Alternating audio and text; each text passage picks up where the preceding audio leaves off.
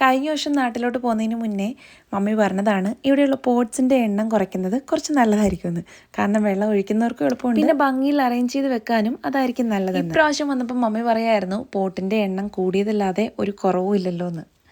അതെന്താണെന്നറിയില്ല, ഈ കട്ട് ചെയ്ത് മാറ്റുന്ന ചെടികളൊന്നും അങ്ങനെ വെറുതെ അങ്ങോട്ട് കളയാൻ തോന്നാറില്ല. അത് അടുത്ത ചട്ടിയിൽ വെച്ച് പ്രൊപ്പഗേറ്റ് ചെയ്യലാണ് എൻ്റെ പണി. എൻ്റെ കയ്യിലിരിക്കുന്നത് സെഡം എന്ന് പറയുന്ന ഒരു പ്ലാന്റിൻ്റെ ഒരു വേരിഗേറ്റഡ് വെറൈറ്റിയാണ്. ആ പോട്ട് തെങ്ങി നെരുങ്ങി അത് താഴോട്ട് വളർന്ന് കിടക്കുന്നു. പക്ഷേ പ്രശ്നം എന്ന് പറഞ്ഞാൽ ഇതിനെ ഇനി വേറൊരു പോട്ടിലോട്ടൂടെ മാറ്റിയില്ലെങ്കിൽ ഇത് കുറച്ച് നാൾ കഴിയുമ്പോൾ ഈ പോട്ടിലുള്ളതൊക്കെ പതുക്കെ പതുക്കെ ഇതിപ്പോൾ സമ്മർ മാറി വിൻ്ററിലോട്ടാകുമ്പോഴേക്കും ആ ചെടി നശിച്ചു പോകും. അപ്പോൾ എനിക്കൊരു ബാക്കപ്പ് എന്നുള്ള രീതിയിലാണ് ഞാൻ ഈ പല പല ചട്ടികളിലോട്ട് മാറ്റുന്നത്. അത് നല്ല പരിപാടിയല്ലെന്നറിയാം, എന്നാലും ഇതേ നമ്മുടെ റോസ ഉണ്ടോ, ഇത് ഞങ്ങൾക്ക് ഇവിടുന്ന് മൂവ് ചെയ്ത് പോയപ്പോൾ എബിനൊക്കെ തന്നിട്ട് പോയ റോസാണ്. നന്നായിട്ട് ഇപ്രാവശ്യം പൂത്തിട്ടുണ്ട്. ഇത്രയും പൂക്കൾ ആദ്യമായിട്ടാണ് അതിലുണ്ടാകുന്നത്.